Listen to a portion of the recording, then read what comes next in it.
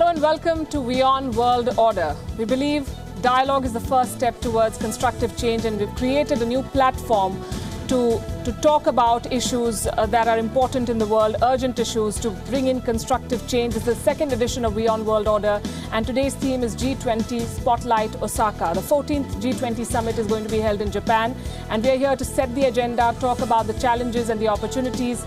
And we have with us our dialogue partners, 3 serving ambassadors in 1 newsroom. Welcome to all of you. Let me introduce you. Taking diplomacy out of closed doors, we have Walter J. Lindner, Ambassador of Germany. He's a diplomat, musician, someone who's long been associated with India. We have Andre Arjona Correa do Lago, Ambassador of Brazil, a seasoned diplomat, also a prolific author. And Mr. Daniel Chuburu, he is Ambassador of Argentina, a career diplomat who has also worked extensively on marine ecology, I believe. Welcome to all of you. Let's begin with the opening remarks. G20 summit in Osaka, the 14th summit, begins tomorrow. What do you expect? What are your expectations? What do you think will be the stumbling blocks, if any? Well, first of all, I think the Japanese have done a great job in preparing this summit. All of us who have prepared the summit know how much work this is. It's not only the work as a summit as such, but you have a lot of meetings beforehand and afterwards. So I think they have done a great work. Now, I think in a world of a globalized world where the topics are more and more complicated, the citizens out there, they don't know, who is doing what and what solutions can be brought up. No country in this planet can do things by themselves. No one. We need a cooperation. We need an international cooperation. We need a rules-based international construct where we can discuss. Now we can discuss in the United Nations. That's good, but of course this is something which is then a process which is ongoing. But we need some actual, some fora where we can discuss things among those who are really acting in the forefront. Now we have the G7, for example, which is the leading nations of industrialized countries. But I think to have a forum, a platform of G20, of developing countries and developed countries, is just very important, because there you can talk about not only the financial and the trade issues, but also about all those global issues which I mentioned, which need a solution urgently, like climate change, like trade issues, like artificial intelligence, like pollution, all the things, terrorism, all the things have to be discussed. And even though there might not be decisive decisions which are binding, but the fact that you have a forum where you can discuss this on the sidelines and in the conference is just important. So I think it's a very timely conference, and I hope we have a consensus outcome. Ambassador, your thoughts? Well, I'm going to start also praising Japan. I was ambassador to Japan before coming to India, and I recognize very much the focus, the seriousness, and the objectiveness of Japan in preparing this G20. And I totally agree that the G20 represents a very interesting group of countries. And as you know, Brazil and India have been working very hard to have their voice more heard in the international arena. We believe we need to have a greater standing in many of the great organizations that we already have. Obviously the UN, by the way, Germany and Brazil and India are together in the G4, and Japan. But also in the trade issues. We have organizations, we want to strengthen WTO, but we know that we are in a transition moment. This is a moment in which many people are perplexed. And I think we have to explain more to the public. We have to make the public understand which are the new challenges, which are the new threats, and which are also the new opportunities that getting together can make us discover and develop. Right. Ambassador Chuburu. Yeah, thank you so much. I think that I will concur with my colleagues in praising Japan, but not only for the organization of the meeting. I think that the job that they have done, and it's quite important, is what they've done with the agenda of the meeting. And they have been able to keep on moving the agenda from meetings that come Germany 2 years ago, Argentina 1 year ago. So this continuation of the agenda that we have been able to put forward during the last years, I believe it's a great job that they have done. Ambassador Lindner was saying, and I completely agree with him, this is a platform in which not only we can see for the governance and the balance of the macroeconomic situation in the world, but I think it gives us a great opportunity to tackle global issues. Global issues in an era of globalization require global responses. And I think that this is the appropriate forum where to do them. Right. As the name suggests, G20 is a group of 20. Then we have 8 invited countries, 9 organizations like the UN, IMF, World Bank, and so on. And all the issues that you just mentioned. That's an awful lot. Has G20 then become unwieldy? You know, the basic idea was, before that you had the G7. G7 were the 7 most industrialized countries in the world. And when the Asian financial crisis came up in the end of the 90s, we thought, or leaders thought, it's not enough to discuss this among the 7. So there were ideas by Bill Clinton then and others of a G22 or a G34 or something, experimenting on how many should we include. But then if you have too many, then you go already the way down of a United Nations, and then you have a 40, 50 member group.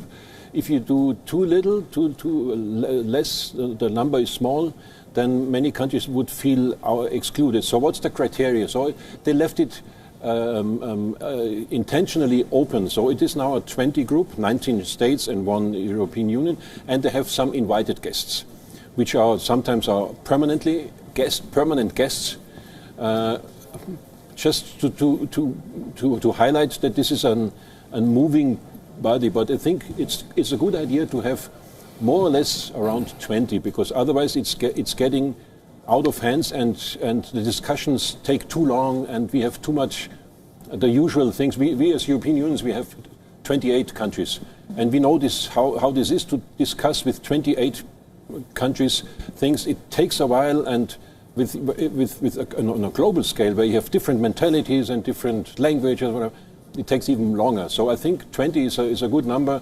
Whether it's one day or 22 or 18, I don't know. But I think the idea is right. Right. For a layperson, when we look at all these groupings, and today there was a newspaper article in India which talked about the alphabet soup. There's SAARC, there's BIMSTEC, there's G20, there's a lot of them. And they're seen mostly as talking shops. And most member countries are accused of then not walking the talk. Is it the wrong perception, or is action really missing, and why is it missing?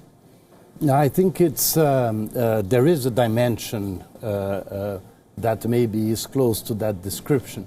But I think that we have to admit, and this is quite difficult, to admit that there is a logic in the negotiations in all of these groups.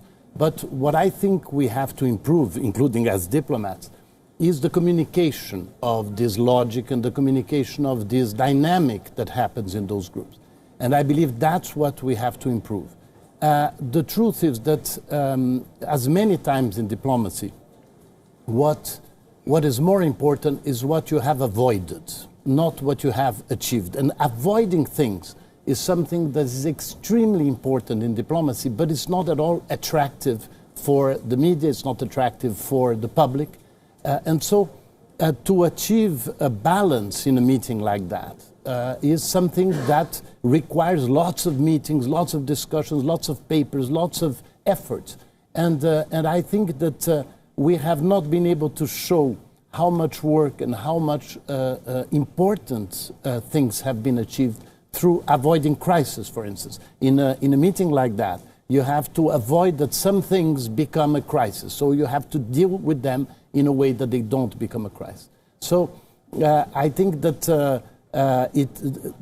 all these meetings continue because they have a logic and they have a reason to be. But I think we need to improve enormously the way we communicate what these meetings do. Right. The primary mandate of the G20, as I understand, was to prevent future international financial crises. Yeah. But now we're talking about everything from terror to cleaning oceans. So have we spread ourselves too thin here? Well, it's logic that if you're going to have 20 leaders getting together once a year, the agenda will need to grow, because you have to have an holistic approach to what goes on. And it's not only the financial crisis, it's not isolated from some other problems that you have. So necessarily it comes to a point in which you have to see some other issues. And concerning the agenda, I think that there are two ways of looking at the agenda. One is the work, and that was what Andre was saying, the way the ministers and all the preparations are taking place, and some issues are discussed at that level. And then the main importance of having G20 is that you have the opportunity of having the leaders themselves debating issues that are of interest of the leaders. So mostly what you see in the statement of the G20 is the work that has been prepared during the year. But then you have the possibility of having the meetings of the leaders themselves and talking of the issues that are of importance at that point in time more than the rest of the agenda. Let me specify one issue now, which is the trade situation. Yes. And in the trade situation, now you have the possibilities of having together and meeting in the sidelines, US, China, India, all the countries that are the faces of this trade war. So if you want to talk about trade and you want to avoid protectionism, it's a good opportunity to have the leaders themselves involved in that discussion and what happens in the sidelines of the meetings. So it's very good as a prevention of any possible crisis that is arising to have these kind of meetings. Is it true that more work gets done on the sidelines than the actual summit? Yes, it does. That what makes those meetings a bit doubtful for many people out there, because they think, oh, what's happening there? A recent poll in Germany showed that people are in favor of this G20 summit, but they have no idea what's really happening there. Who is talking with whom? What is pre-organized? Whatever. But it is true. That's the gist of diplomacy.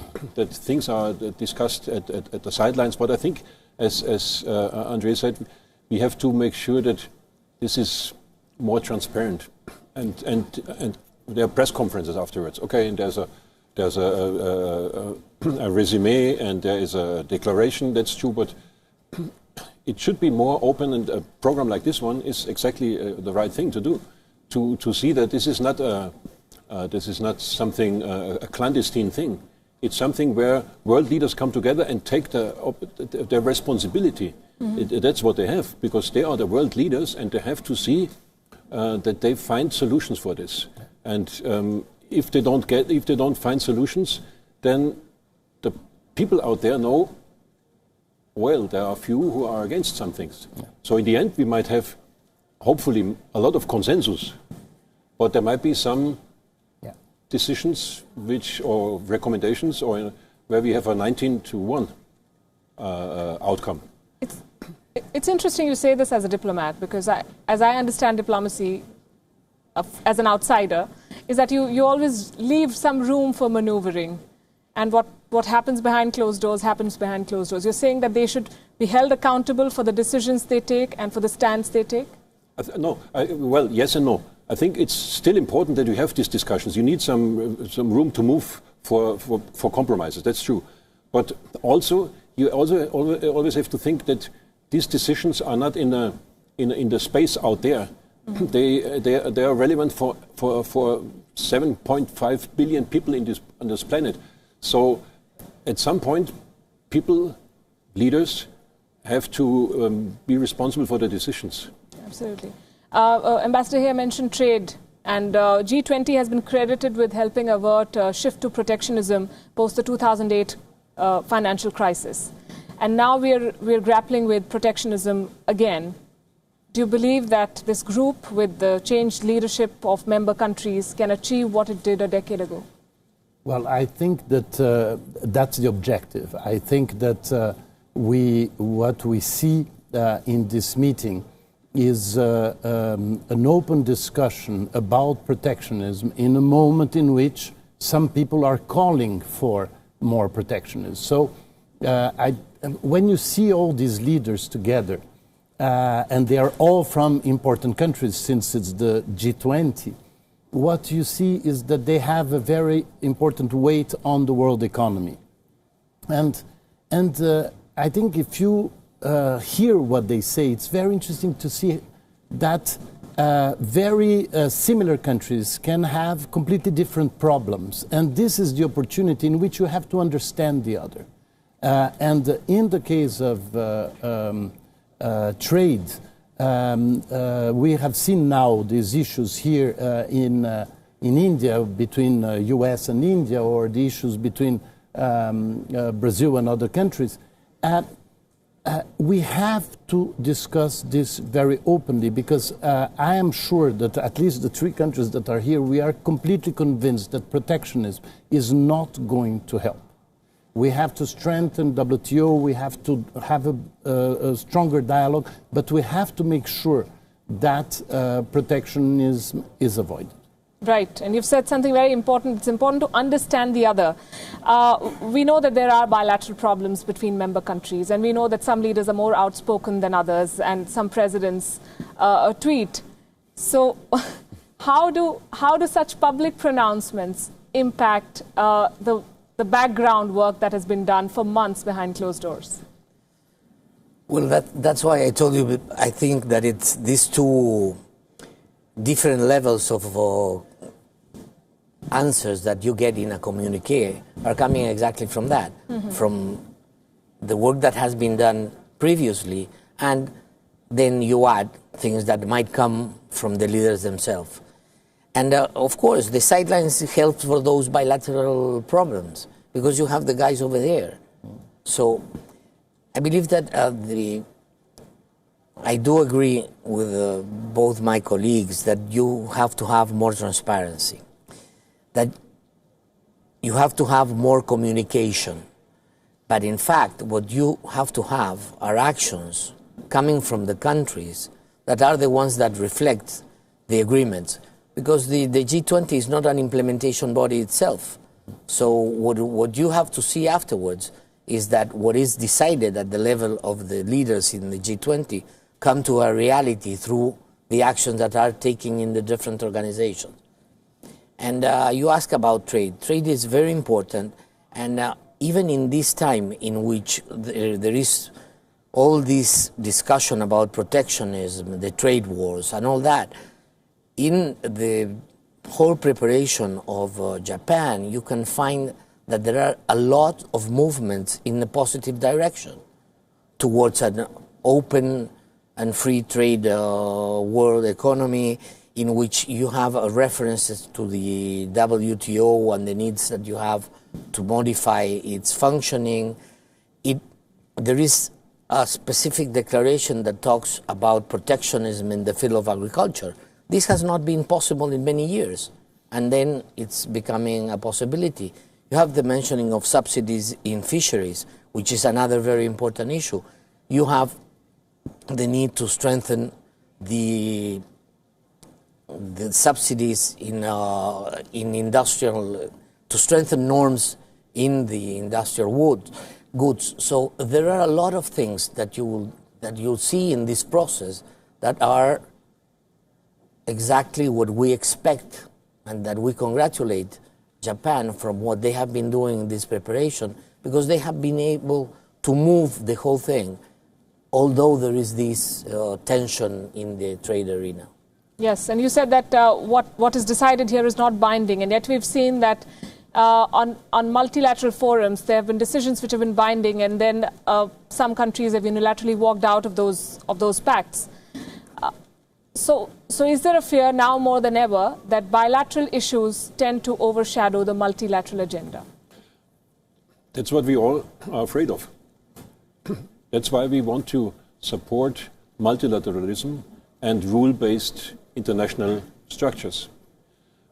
The whole, I mean, the matter of the gist of the matter is that with these complicated issues which we have in the world, and with 7.3 billion people, how do we organize a body who makes decisions on the world as a globe. There's only one institution, which is the United Nations, but the main security or decision body is not representing the reality of today, the Security Council. It's the reality of 48. And the fact that India, 1.4 billion people, are not there, is not there. If it wasn't so sad, it would be the biggest joke, but it is just not acceptable.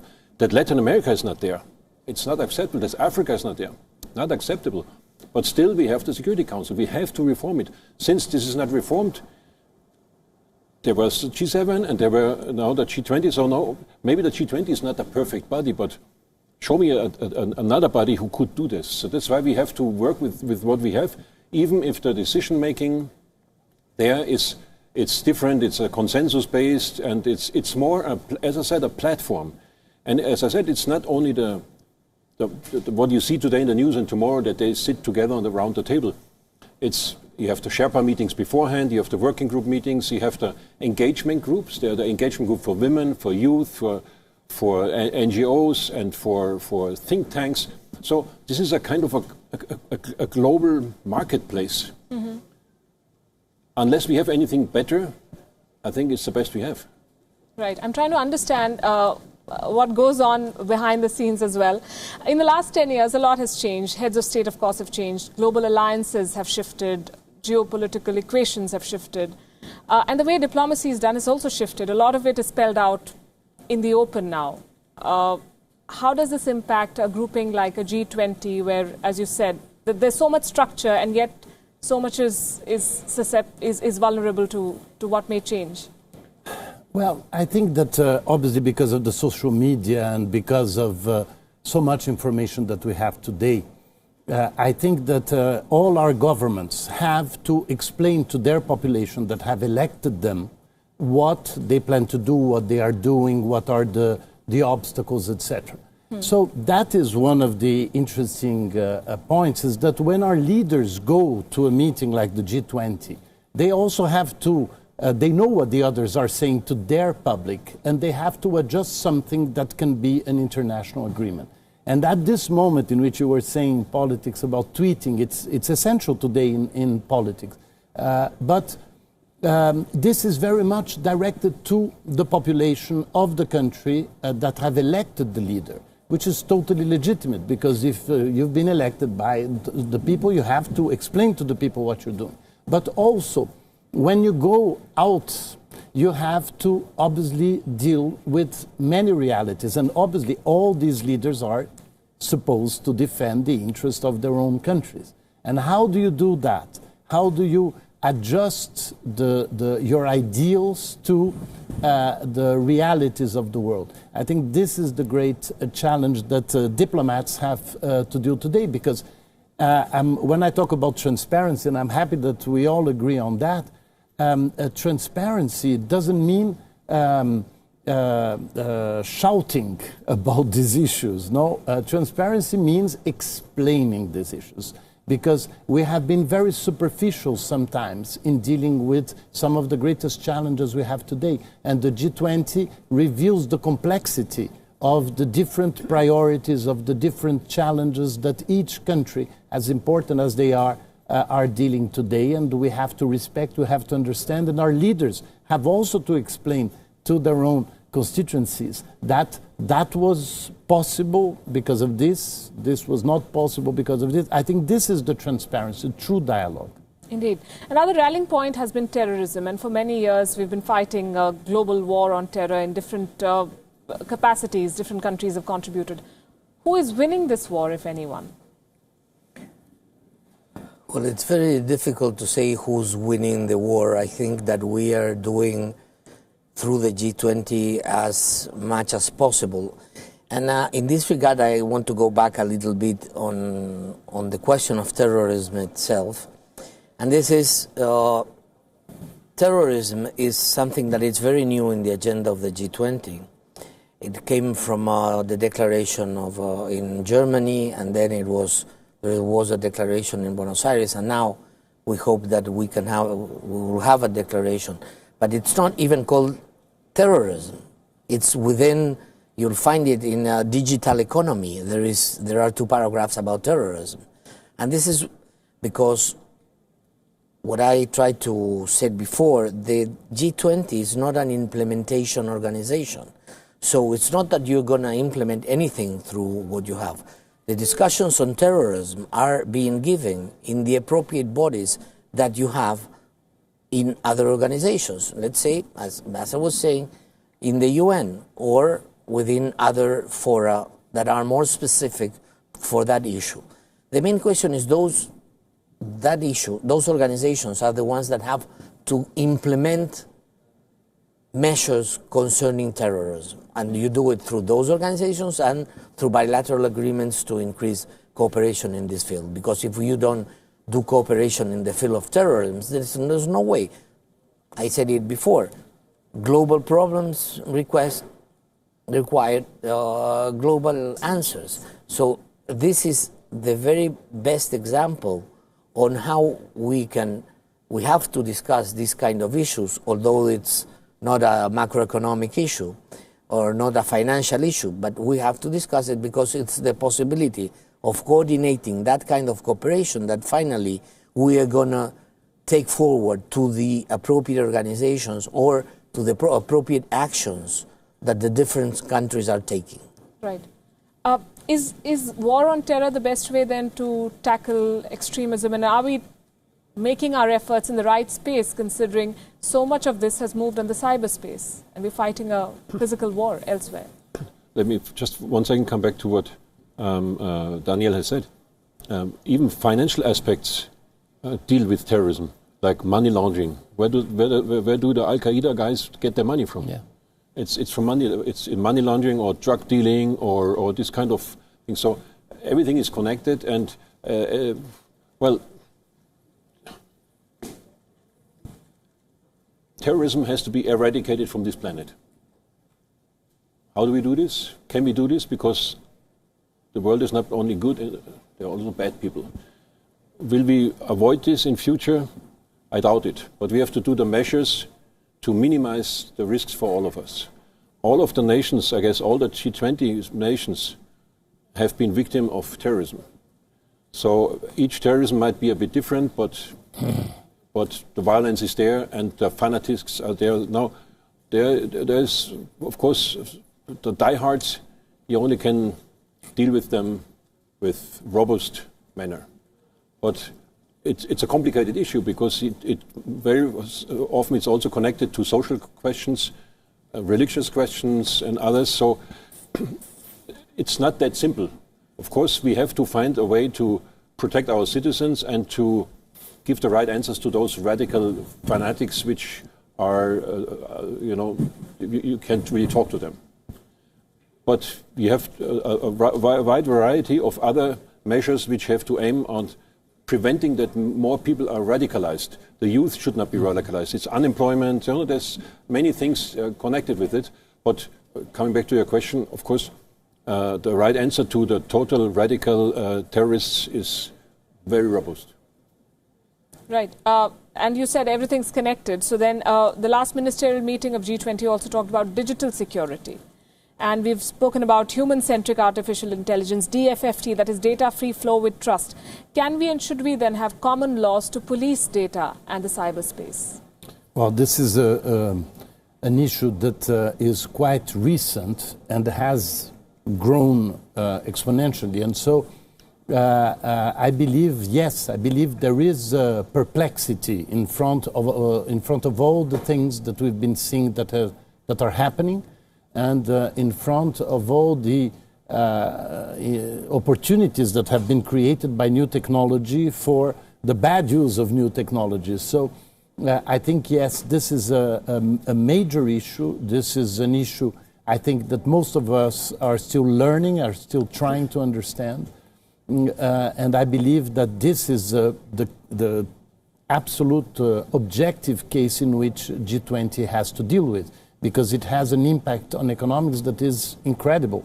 Because we are facing, developing countries like Brazil, we are facing a change in the profile of sectors that has been extremely quick and has been extremely difficult for developing countries that have been following a certain path of development that had a specific logic, and certainly all these elements are interfering with the plan. So we need to have a very strong international understanding about that so that we can avoid, before they happen, the major disruptions that this can cause. Right. Another theme that is being talked about this time is human-centered future society. Again, a very, very noble idea. But how do you achieve it? And is the developed world, you believe, ready to bear the cost that something like this entails? Well, I believe that this is very much linked to what Walter was saying. One of the things that nowadays is criticized of globalization is that it has not been able to distribute the benefits, the economic benefits of the growth that we have shared in international arena. So if you are going to do it human-centered, what you have to make sure, and this is one of the aims of the G20 at this point in time, is to work on the distribution of that wealth that has been created. Because as far as you don't create wealth and you keep on making bigger the difference between one extreme and the other, there is where you create the possibilities of good basis to develop extremist ideas. So I believe that one of the most important things that we have to do now is try to strengthen globalization more than it is, but try to work on how we distribute the benefits of that wealth that is being created. Coming back to the point about data security, there's something that I wanted to ask. These are very serious and pertinent concerns, but do you believe that sometimes they get reduced to company-specific and country-specific rivalries? Like we talk about data security and then there's the question of Huawei and how the world is dealing with it. Well, I think with the new technology, with digitalization, with artificial intelligence, with the robotronic, all this is, as Andre said, it's pretty new, but we have to find rules for it.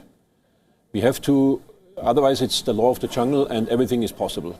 We have to find a way how to tax digital or international companies. We have to find a way, what kind of ethic do we apply on the masses of data? Are they free out there in any clouds? And are they free for everyone without data protection? I doubt so. So we have to find a kind of a way how to deal with it. Now, if you have the Huawei case, now on one side you have the necessity of protecting the states against any espionage from outside. Mm. On the other side, you have the free economy that everyone can present their products. Mm. Now, our point of view is that we should be very careful and find a balance between the two things. But we want to make the decision according to our national needs, and that's what we do. But once again, I think it's very important, and it's one of the topics which we have in Japan, the future-oriented things like the future of work. This is very dear to Prime Minister Modi also, and how we shape this. What do we do with when robots take over all these factories and we have no more jobs there because they are all done by the robots? What do we do in future? And this is a problem for all of the countries, and so that's why the 20 have to also think about these things. And I'm happy they're not talking only about regular trade and these issues, but also about these things on the sidelines or in the conference. But I think it's important to put it there, and maybe we find it also in the final declaration. Yes, a conversation in the beginning always helps, and yet those old pending issues remain. The WTO reforms are expected this year and much talked about as well. Can the G20 really restore what Ambassador here also said, a multilateral rules-based order at the WTO? Yes, WTO, I believe, was an enormous achievement. You remember this was a discussion for decades about the creation of succeeding to create the WTO. And the fact is that what you need with these international organizations, that's what the public must understand, is that this is the place where you bring the issues, you discuss the issue, and this organization can get expert and can distribute the information to all and have really an open discussion about the great challenges that we have. So multilateralism, I think, have been confused today with talk shops with no results, etc. But the fact is that multilateralism has been extraordinarily successful. If you take, for instance, the main objectives of these organizations in the post-war, they have been achieved. They have avoided disasters in all contexts, from wars, from nuclear arms. There were enormous progress in many of these issues. Obviously, we all have our personal opinions. We think there should have been more progress in here or more progress in there.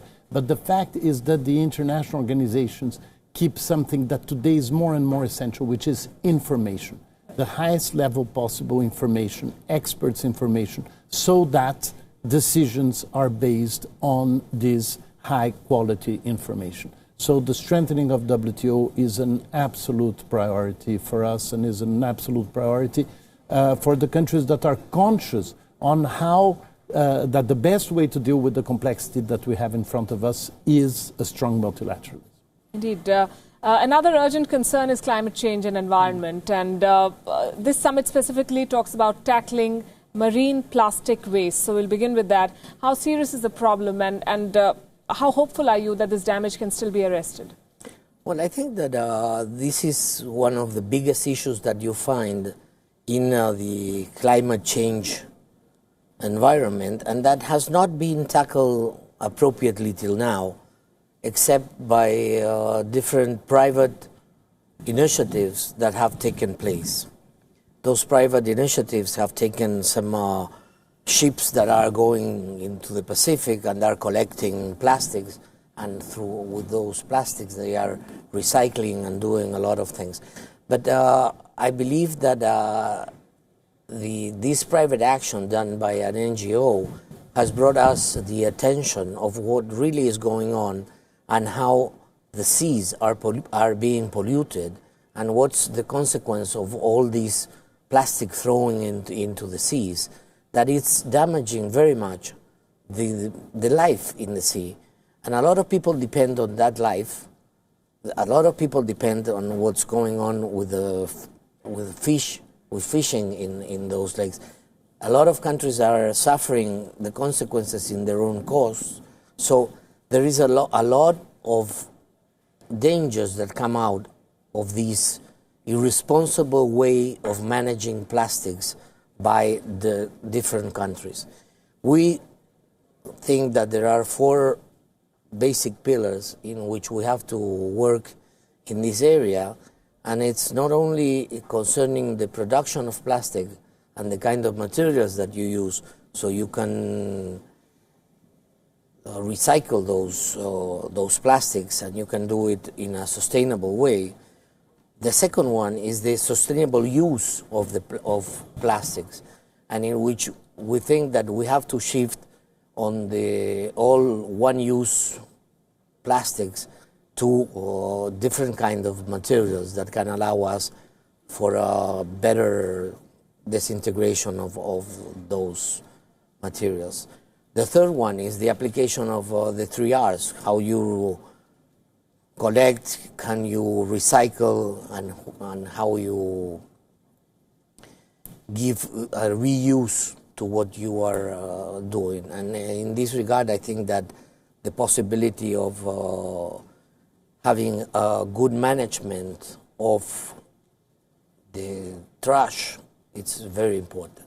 Indeed. And fourthly is how you take direct measures on how to save the sea and how to apply in your case the possibility of collecting doing this recollection of plastics, and how you do it in a way that it's sustainable and that it's worth for the rest of the countries, because the sea is a common value that we have for all. Right. 477 investors have recently joined hands, and they hold $34 trillion in investments. That's almost half the world's invested capital. And they have come together to urge governments to take urgent action on climate change. Is climate policy still bad politics? Because what we saw in France in terms of the Yellow Vest protests was not a very good sign for most governments. I'm happy you come up with this topic, because I think we have one planet. If we mess it up, it's gone. We have nothing to give to our children and children's children. And it's 5 to 12. It's population growth. It's the scarceness of natural resources, and it's climate change, global warming. And there's still people out there who think there is no global warming. Now we have in the Paris Treaty, which was dealing with climate change, we have an agreement that 1.5%, well, 2% should be the maximum of increase. 2% is already a lot, because many small island states say 1.5 and we will survive, otherwise we are gone. Mm-hmm. Ask people in the Maldives or in Nova Scotia and these places. Anyway, so this is a very important topic. You see it even in India. You have in Chennai no water, then you have the monsoon maybe delayed, and then you have less and less agricultural land in the country. So there is a climate change going on.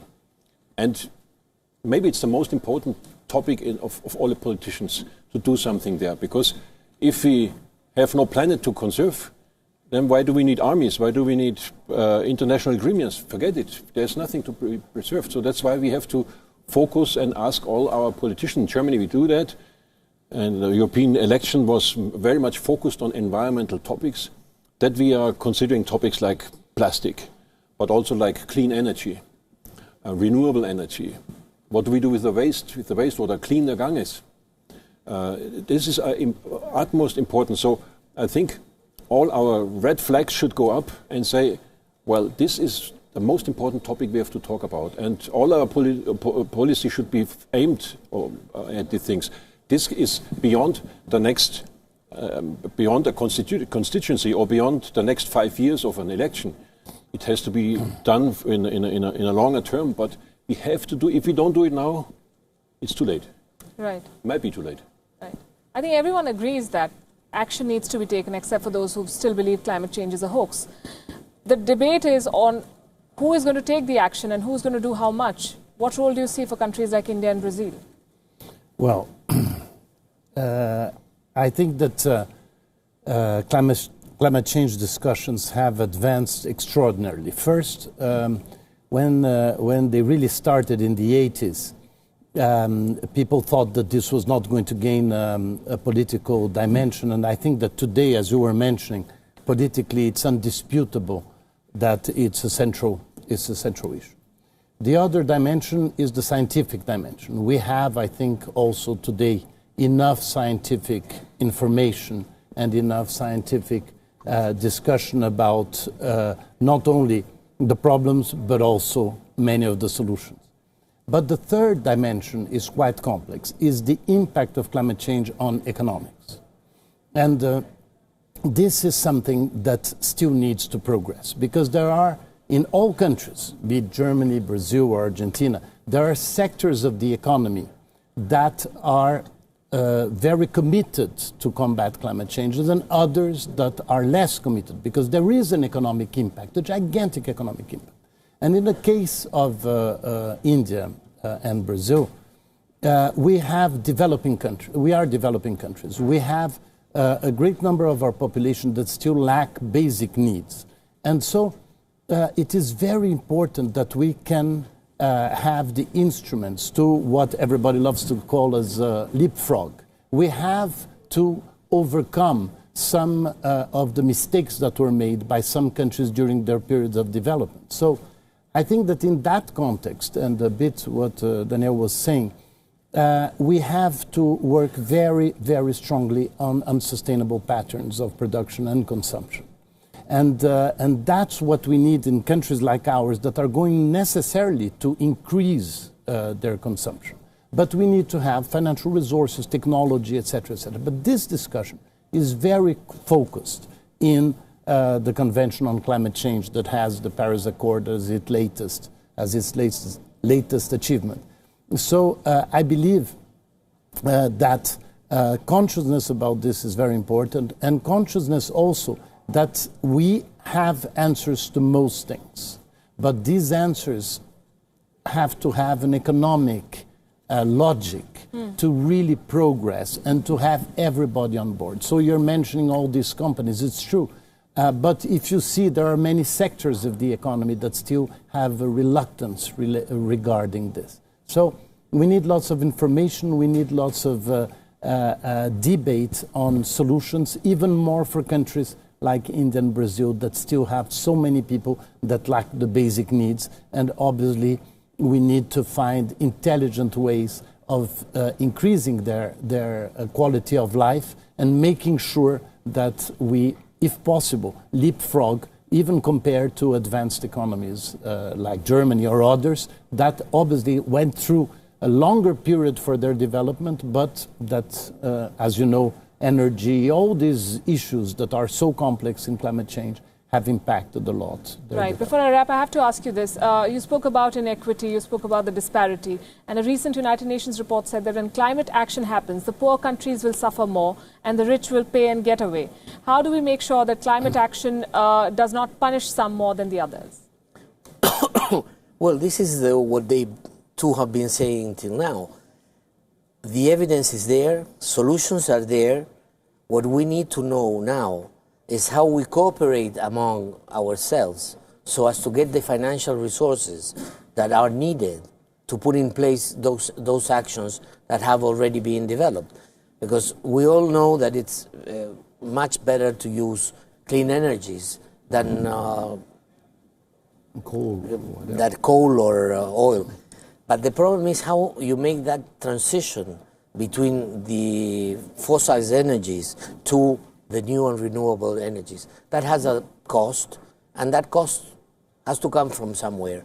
What we have to coordinate is an intelligent and clever way of how financing all those measures in order to have that common planet, because it's only one, and when we spare it, we will not have any future. Indeed. This summit, as the Japanese have put it, and I'm quoting from their from the G20 website, is about promoting free and open, inclusive and sustainable human-centered future. It is being built as a forum for endless possibilities. So here's hoping, as we wrap this, that these are not just high-sounding words but achievable targets. I'm going to thank you all for joining us here on the second edition of WION World Order. Thank you. Thank you.